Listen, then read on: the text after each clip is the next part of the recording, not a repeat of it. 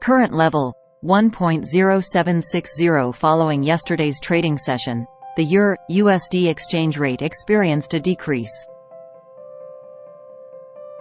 As of now, the currency pair is fluctuating between the levels of 1.0735 and 1.0786. If the downward pressure persists, the support level at 1.0735 may become the next focal point.